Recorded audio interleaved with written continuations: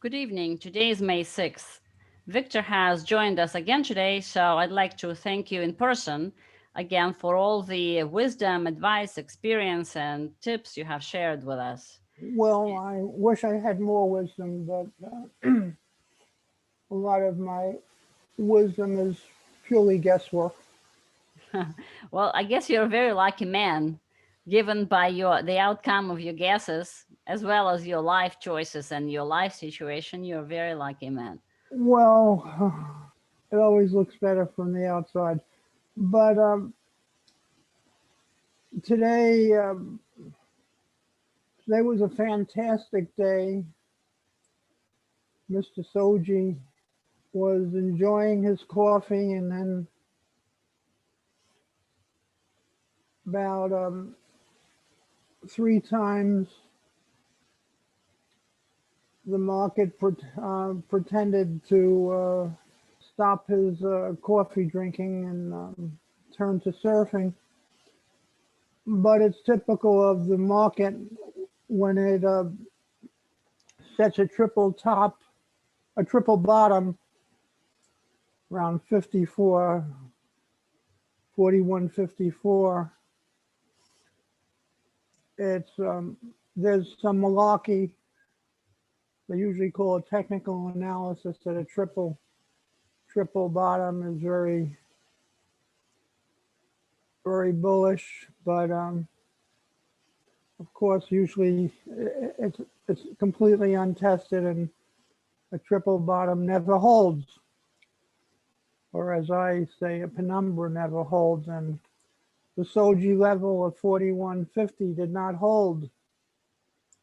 And what do you know, it went down to 41.30s today. Actually hit a Wait, low of 41.40, and it looked very bad. Looked like Mr. Soji was not going to be able to enjoy his coffee. But then, when you know it, as of 11 o'clock, the market, he was preparing, he was pouring some cinnamon into his Kona coffee, and then sure enough, it jumped from 41.46 to 41.54, and then went all the way up to 41.96 at the close. And as I pointed out with one of my lucky guesses, the market has really not broken 4,200 as of the close. It's like the 4-minute mile. There are a lot of people who ran a good 3/4 of a mile, and they were on the pace to break 4 minutes as far as their 3/4 time and their half-mile time. But sure enough, it has never broken 4,200 at the close, and it's like the 4-minute mile. Eventually, it took a Roger Bannister to break the 4-minute mile. There were a lot of attempts. It took a few hundred years, although they say in England that someone ran a road race on a London street in 4 miles, but it wasn't officially timed. But then eventually they broke the psychological barrier of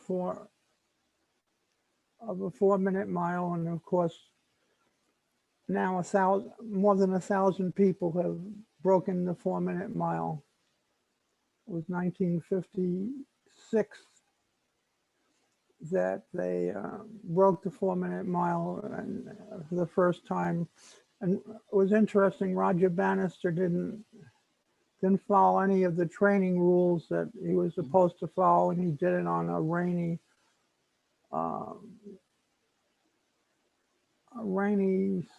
soft track, and he only worked out 2 times a week. He unfortunately wanted to be a doctor, and didn't stop his medical practice, so that he practiced every day the way runners are supposed to. But the point is that eventually all these psychological numbers fall, and it wasn't a real fall. It hasn't been a real fall at 4,200 yet as of the close. It's gone above 4,200 a few times during the night. But as I said before with one of my lucky guesses, the people in Washington have a fantastic record of betting on the stock market, and on a need-to-know basis, they receive the employment numbers. So around 10 o'clock, it was already in the bag. It was up about 10, and then just to give them a little pain, it dropped below 4150. And remember, the market is always duplicit. That's the main thing about, aside from the market being a arena for the top feeders to take money from the public. It's also an arena for duplicity, and it really looked bad when it broke 4150. It was down on the day, and there was even interest rates were down a bit. They excuse me, the bond price was down a bit. It was at a 20-day high, and then it was down about a half at the open, and people were still worrying about the twins and what the twins of opposite sex, the Fed chairman and Treasury chairman. The Treasury chairman said yesterday that she felt that there was a chance that interest rates would increase. Of course, it would only be temporary, and the benefits of helping out all the people who are suffering from the pandemic, regardless of the fact that we're having the greatest resurgence ever, and that the unemployment, the employment claims are at a minimum, but regardless of the fact that we're having a surge in the economy like never before, there are a few people who are unemployed, especially among the diverse group, and it couldn't have anything to do with the fact that they make a lot more money from unemployment than they would on their jobs. And it's not only the fact that they make more money on their jobs, on unemployment than their jobs, but you don't have to work. You can still make more money than, I mean, how much is it worth not to most people not having to work and getting an income of $50,000, $60,000 a year? Anyway, as soon as the market took a big drop on Wednesday morning, but sure enough, she walked back her comments, Right. and said that no, there wasn't going to be any inflation. And sure enough, the bonds ended unchanged today. So we're still at a a 10-day high.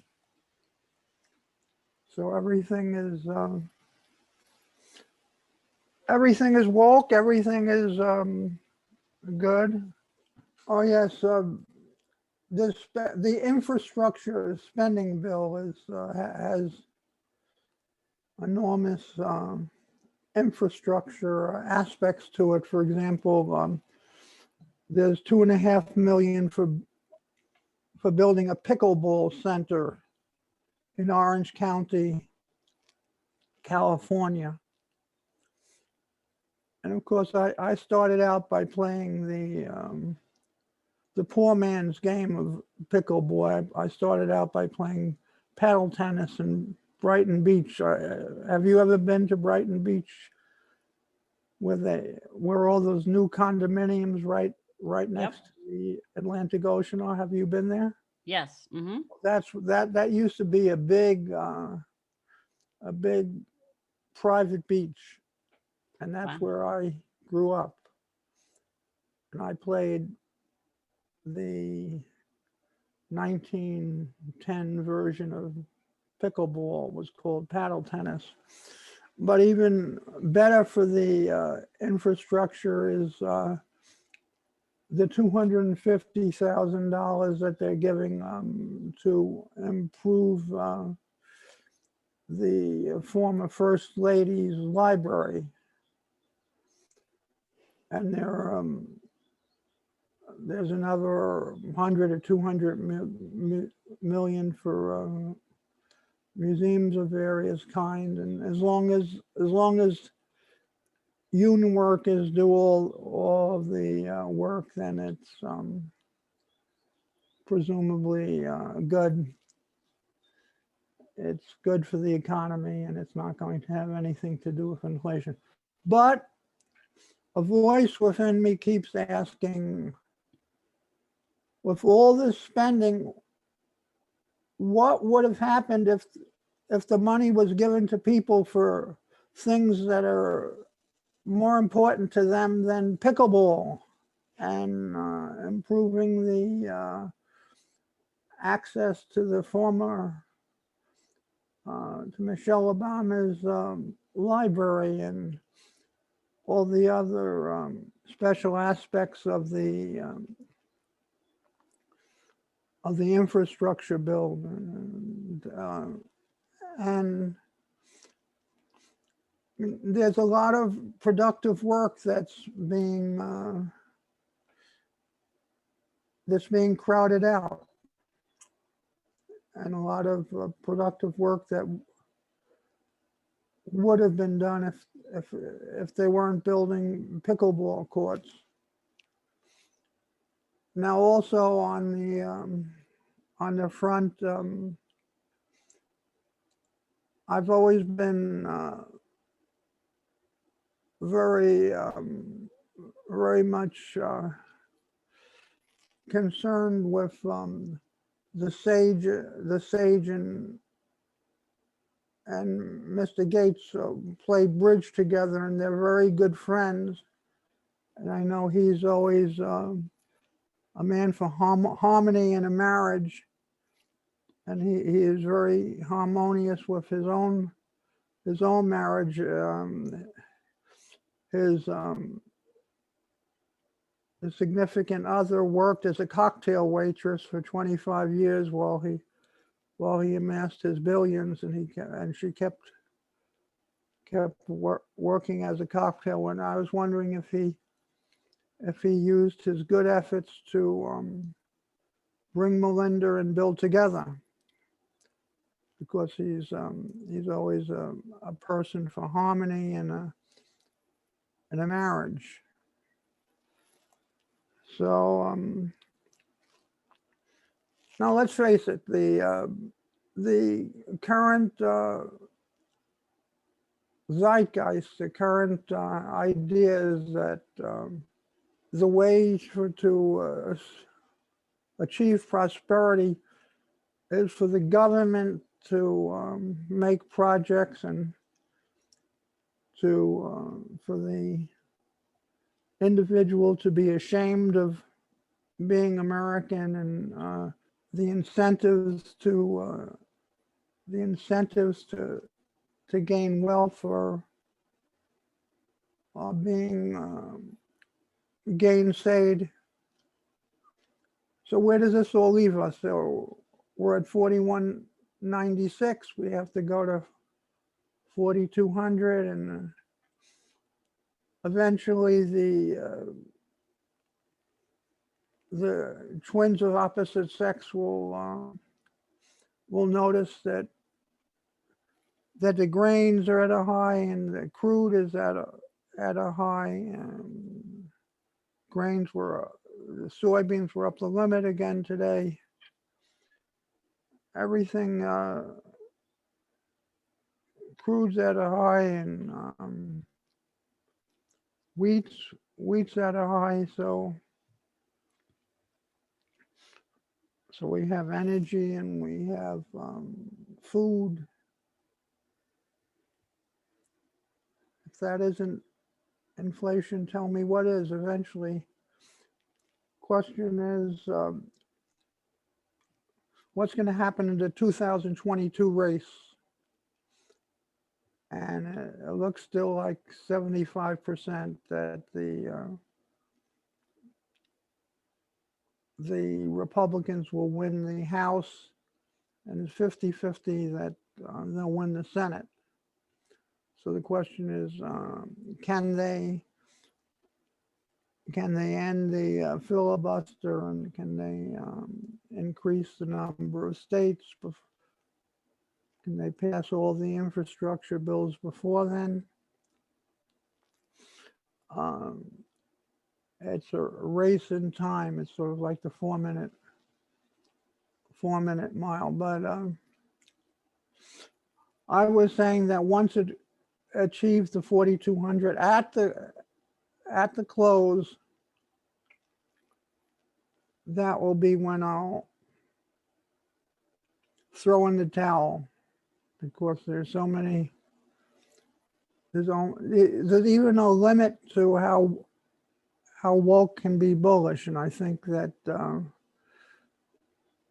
there'll be too much woke at 4200. I still note that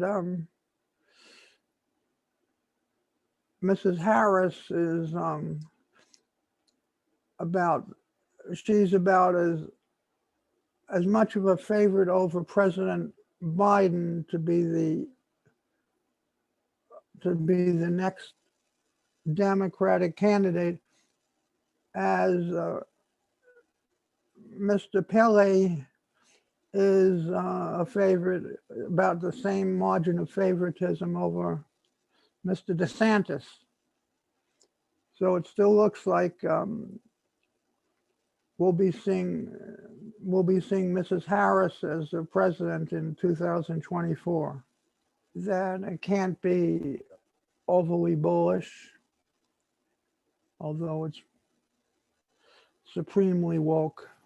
Okay, that's all I am. What do you say? What do you think?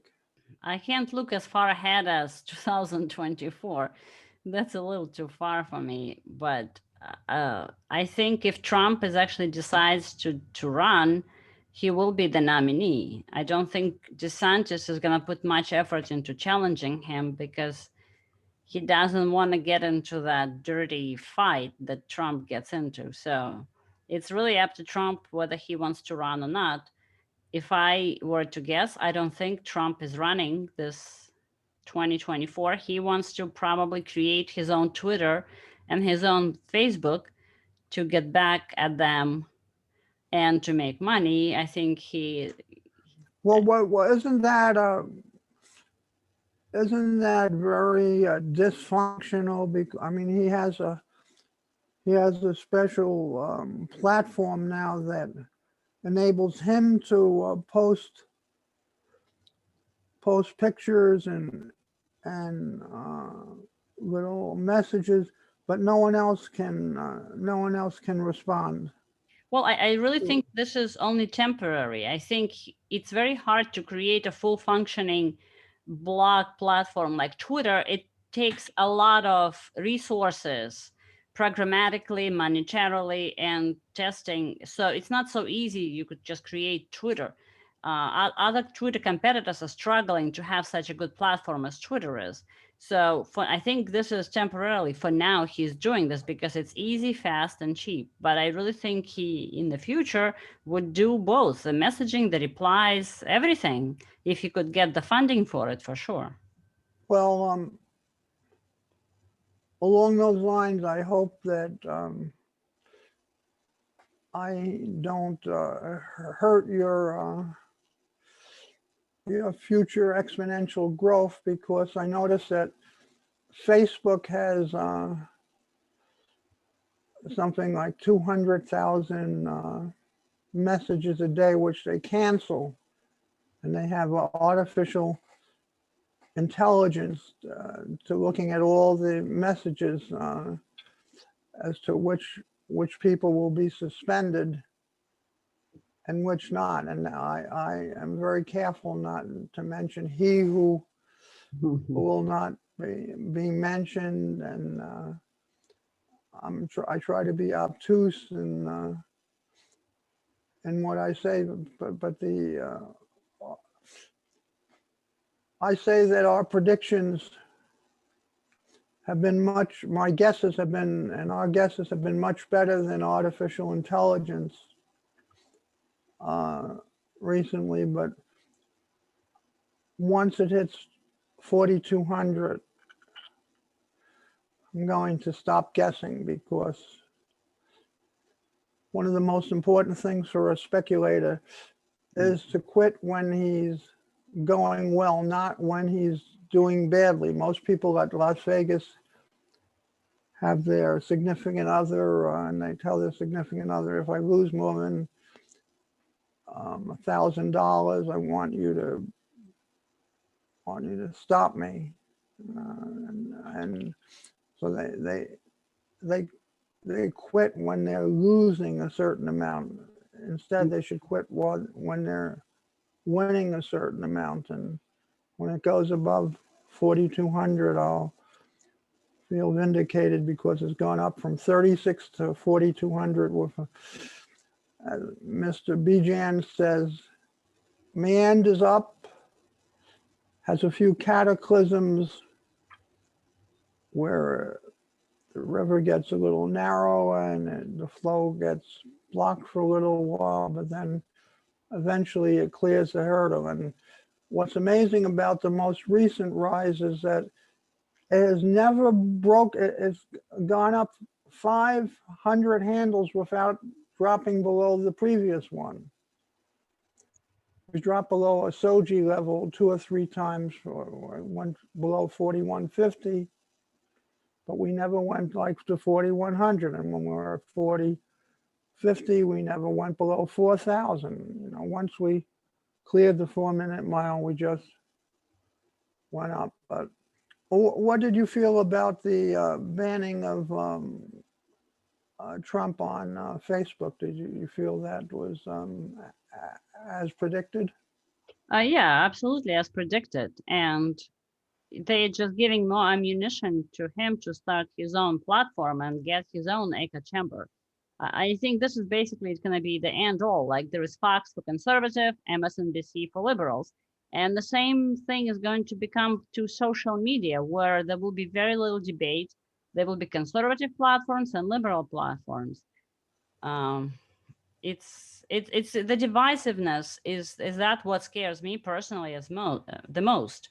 There is so much divisiveness within the society. It comes down to everything: male versus female, race, to the bottom of like how African American, Indian, Pacific, Chinese, white, whatever. We used to be one nation, and now it's just has been so divisive that it cannot be good for the society.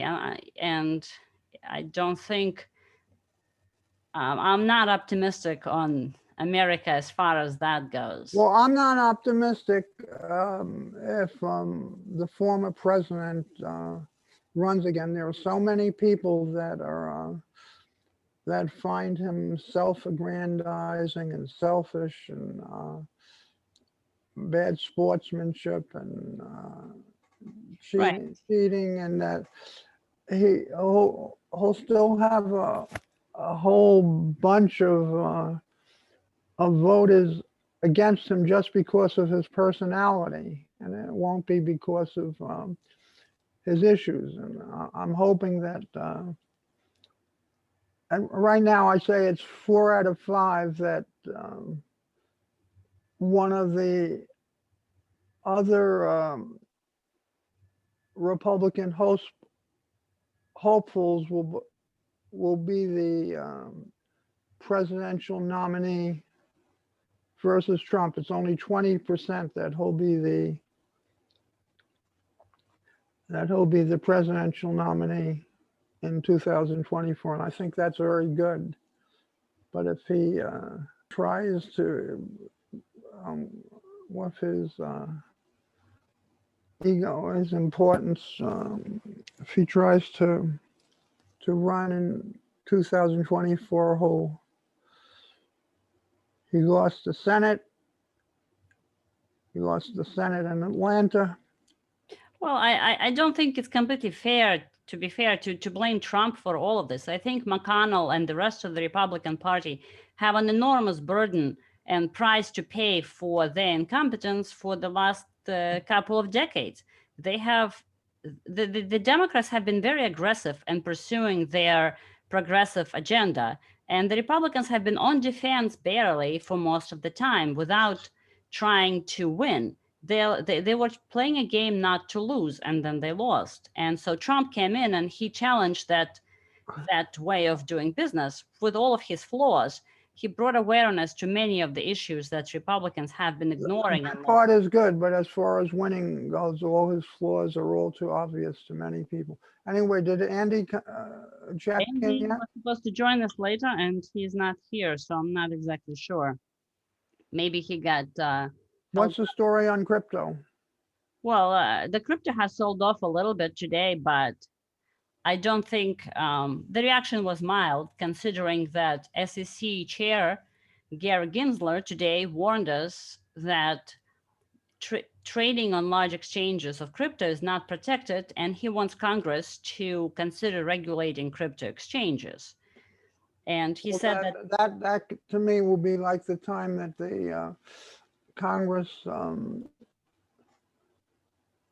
regulated cigarettes, and cigarette companies had to pay a fine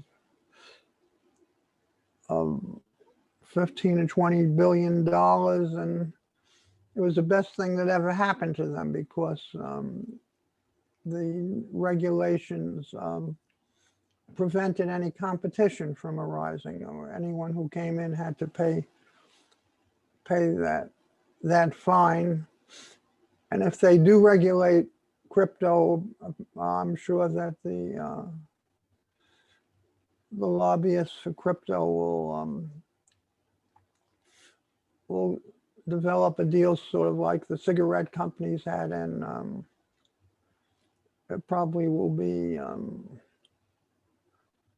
fine, wonderful for the crypto companies, but probably will prevent competition, as all the regulations have as their goal. Right. And I think as long as the US government, the SEC, the Fed, they don't see crypto as a threat to US dollar and US dollar dominance. So as long as they see that, they don't care. But I think if crypto becomes big enough for average people to use, not just to trade, but to actually to use, they may become more aggressive. But until now, I don't think they care. They just want to collect the tax, increase the revenue, and probably trade it themselves. And Fed also today came out with some report saying that asset prices may be vulnerable to significant decline if risk appetite falls, which is, again, funny because it's a circular statement without saying anything in particular. But if I recall correctly, every time Fed warns us of something bad, usually the opposite happens. It's when they don't warn us of stuff, then bad stuff happens. I noticed that there's a new term that every big institution has, a cross-asset expert. That would be, I guess, someone who opines on whether it's better to buy Nasdaq or the S&P. Nasdaq looked very bad for a while, and Right. it ended up significantly. I often look at how Nasdaq is doing near the close, and usually it tends to pull out the S&P from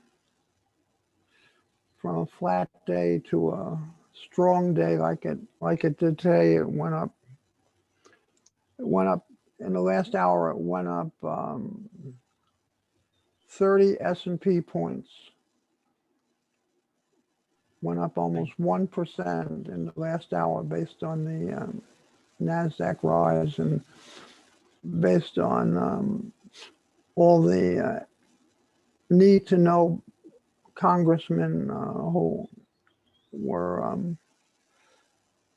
gifted with the employment numbers. And probably is going to be a very good employment number.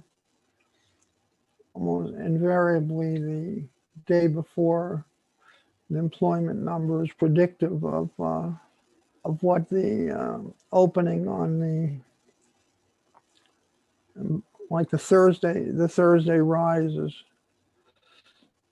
is positively correlated with the Friday move before employment. But we're certainly seeing a replacement of the old idea that the way to uplift people and the way to prosperity, which has been for capital to go to its most productive uses based on voluntary exchange, and for innovation to continue its magical effort to improve things. But now we're replacing that with an idea that the way to prosperity is for the government to develop some areas for infrastructure and for improvement, and for bringing up the bottom. And this has never been a long-term solution for prosperity. Right. Neither has been such a divisive society as we have right now. It's not. But I actually wanted to ask you about that. If you remember, from 90 to 97, you have mentioned that the market, S&P 500, for example, didn't have a 10% correction for almost 7 years, from 90 to 97. What was the backdrop for that? Was that, I know it's post factum, but still, what was the official story for that? Was that because the economic expansion was so great, or? Oh no, that was just a way for the top feeders to get to make the herbivores and the secondary feeders to make a contribution to them. The palindromes of the world saw a weakness in long-term capital, and a little closer to home, some people I know very well were caught trying to follow an algorithm that took advantage of the fact that volatility on the in the options was so much, long-term volatility was so much greater than the actual volatility. And there's a big opportunity for the institutions to make a lot of money from the long-term capitals. And it only went down for a few days, and it came right back up. It really wasn't, it ended 97, 97. up significantly. The only real decline we've had is, was in the year 2000 and 2007 to 2008. Looked very bad as of March 2020, but the resilience of the market, the difference between the return on capital and interest rates was paramount, and it rose the market about 100% from the March lows. Any other questions? Well, I think I have a lot of questions, but I think we should let you go. It's 6 o'clock, and I don't think Andy is joining us.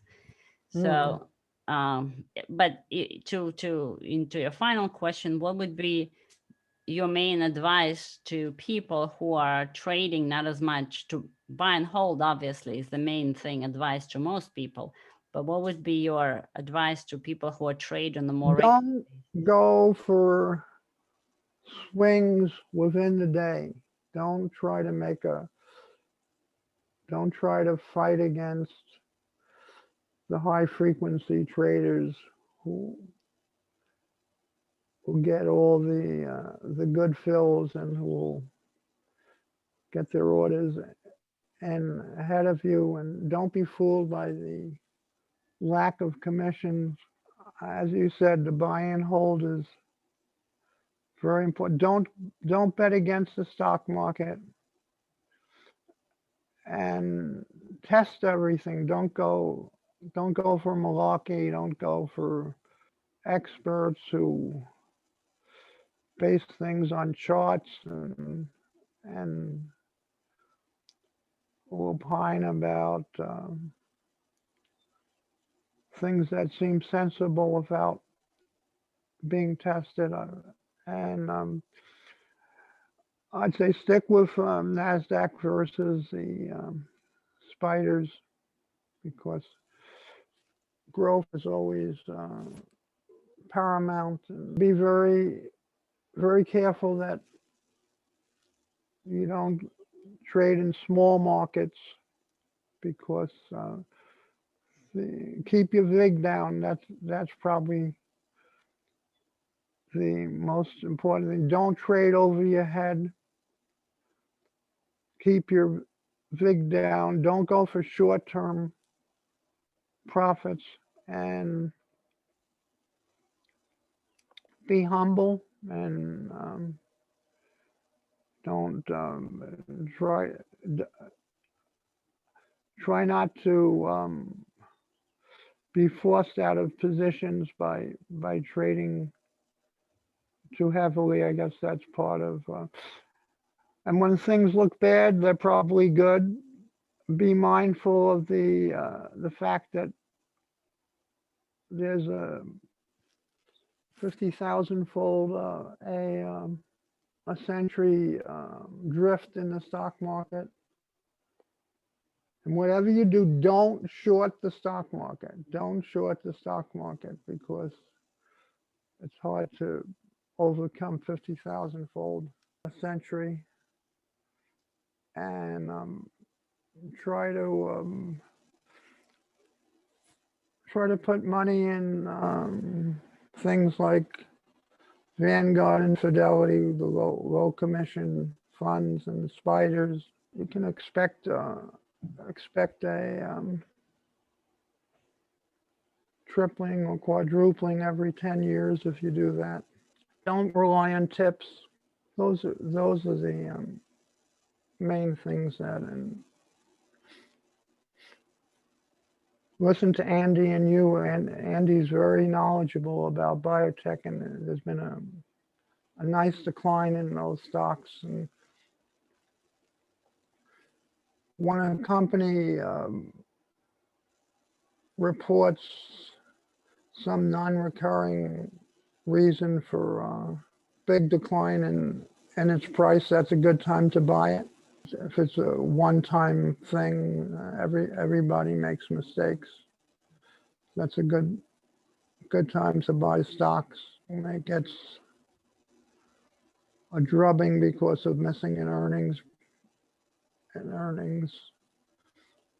or it has a FDA reduces its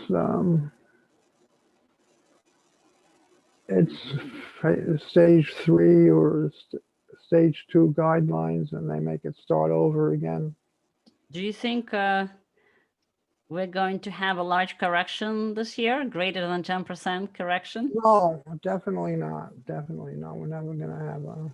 We've gone through, as I say, we've had one of the greatest rallies ever.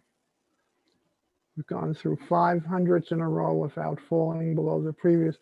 And when we go through 4,200, I think we'll jerk around, we'll ricochet above and below, like we did below the Soji number of 4150. We'll go 4230, 4160. We have a nice drop below 4,200. That's a great time to buy it again. But of course, we'll have to look at what the crystal balls say at that time. And do you, in general, have year-end targets, like speculative, where the market ends at the year-end, like all the analysts on Wall Street do? No, I don't. But 4,500 is a nice round number. And I think that's, I don't know when we'll hit it, but that should be in play as a long-term goal. Okay, thank you, Yelena, and good luck to you. I'll be a supporter, and I'll be watching, and I think everybody should pay a lot of attention.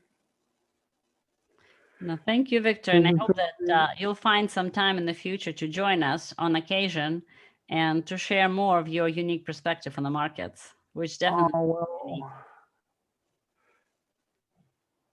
I've been lucky so far. Thank you very much. Thank you. Have a good night. Goodbye.